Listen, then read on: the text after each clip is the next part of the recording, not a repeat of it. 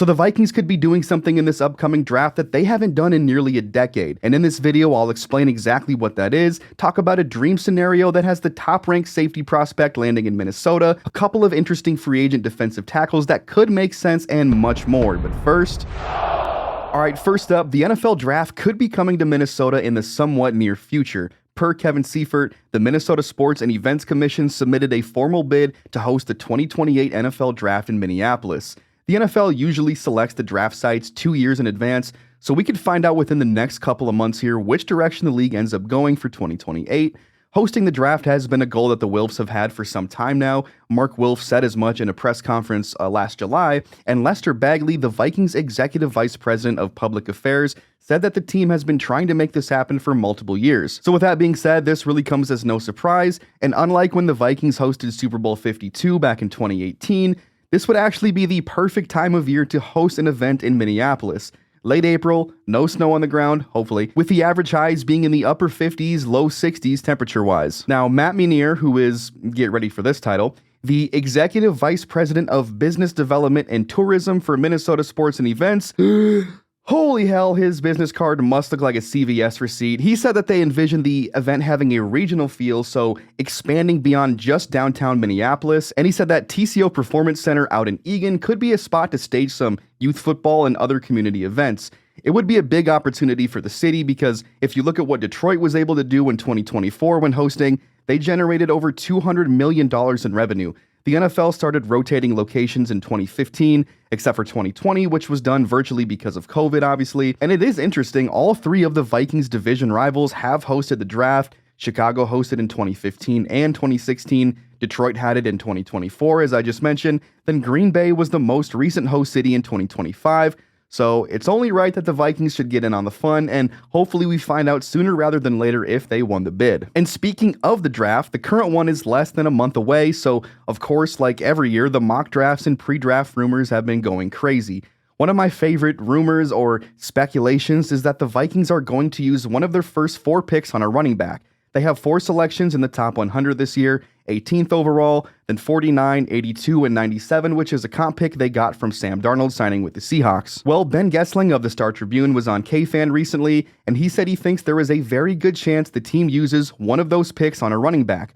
There's a couple different reasons as to why that is. The first being that Minnesota hired Frank Smith to replace Mike Pettin as assistant head coach this offseason. Smith has coached in the NFL since 2010, was most recently the Dolphins offensive coordinator from 2022 to 2025, and he specializes in the run game.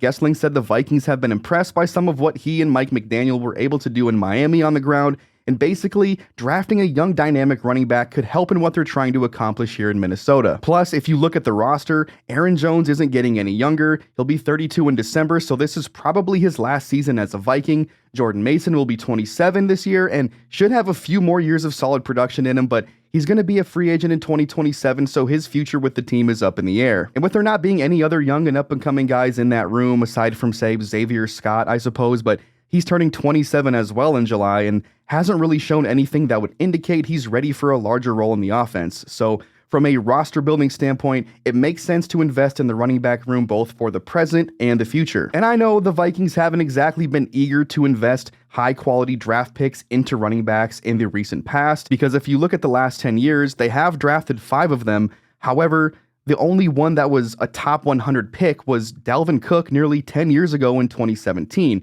They took him 41st overall pretty early in the second round. Now this year, taking a first round running back is out of the question in my opinion, because Jeremiah Love is going to be off the board early, and there's really nobody else that you would even consider taking at 18. They've got other needs this year, of course. Cornerback, interior D-line, safety, and center are the most glaring holes, but they've got the draft capital to address multiple needs, and if the right guy falls to them in, say, the second or third round, it might make sense to go running back. Jadarian Price, Emmett Johnson, Mike Washington Jr., and Jonah Coleman could all be options, and they have the ammo to move up or down the draft board in the second or third round if they really like one of those guys and want to make it happen. Now, if we flip over to the defensive side of the ball, there's a certain safety that if they could somehow land, he would take this defense to the next level for years to come, in theory. Of course, I'm talking about Caleb Downs, and I know this might be kind of a fantasy here, but let a man dream, all right? People have floated out the idea of trading up for him because there's really no chance he's there at 18, so it would require a trade up.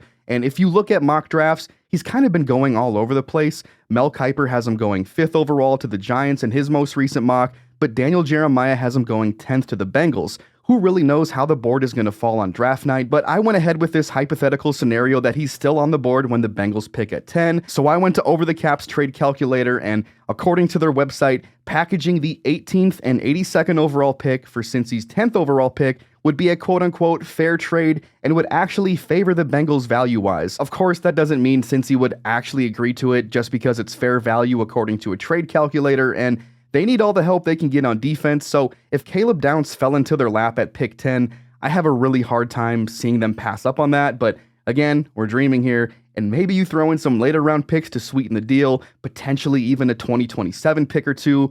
I think there does reach a point where it's probably not worth trading away too much of your future, and some people think that even just trading a 3rd rounder wouldn't be wise because of all the holes the Vikings have on their roster, but safety is one of those needs, and whether Harrison Smith retires or not, the safety room is very thin and could use another playmaker.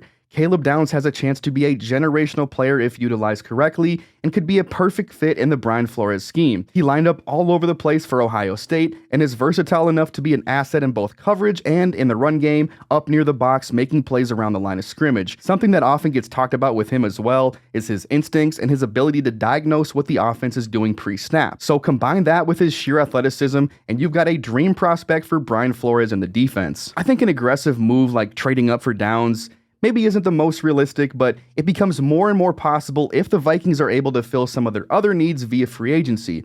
At this point in the offseason, you're looking at veteran players who can be brought in on cheap one-year deals, and there are a couple of names specifically on the defensive line that I think could make some sense. The first is defensive tackle Christian Wilkins. This one is a bit more controversial, given that the Raiders released him last offseason for what seemed to be a couple of reasons.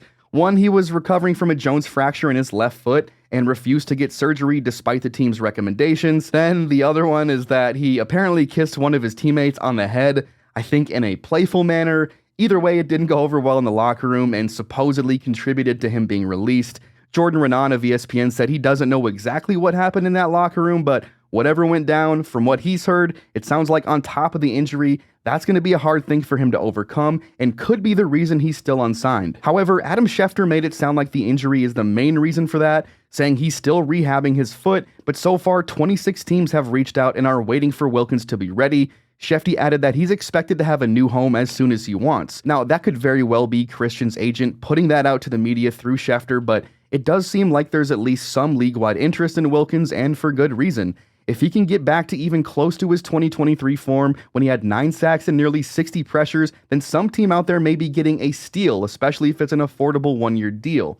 Him getting back to form is far from a given though. I mean, this guy hasn't played an NFL snap since October of 2024, and he's still rehabbing that foot. And that's not even to mention the off-the-field or locker room concerns, I guess you could say. If the Vikings were convinced that he's healthy though, or could be fully healthy by the start of the season, I think it could make a lot of sense. There's a clear need for D-line help after Jonathan Allen and Javon Hargrave were released, plus Wilkins does have a connection to Brian Flores. He was B-Flow's first ever draft pick with the Dolphins in 2019, and Flores coached him for 3 years in Miami. The Vikings were also pursuing him in free agency back in 2024 before he signed that big contract with the Raiders, and then Minnesota pivoted to Jonathan Grenard from there. So again, it makes sense on a couple different levels, though it wouldn't be without its list of concerns, that's for sure. DJ Reader is a guy that might be a little safer, though with a bit lower ceiling. SpotTrack has his estimated market value under $4 million per year, so he would fit the mold of an affordable veteran. He'll be 32 by the start of the season though, and his best days are behind him, but he's still a solid run defender and has been fairly durable, playing in 14 or more games in 8 of the 10 seasons he's been in the league. So those are a couple of names to keep an eye on in free agency, but you guys got to let me know your thoughts on some of these scenarios that I laid out. What are your thoughts on the Vikings using one of their first 4 picks on a running back, and what do you make of the dream scenario where they're able to snag Caleb Downs in the first round? I'd love to hear your thoughts on that in the comments below, and until next time, Skol, baby.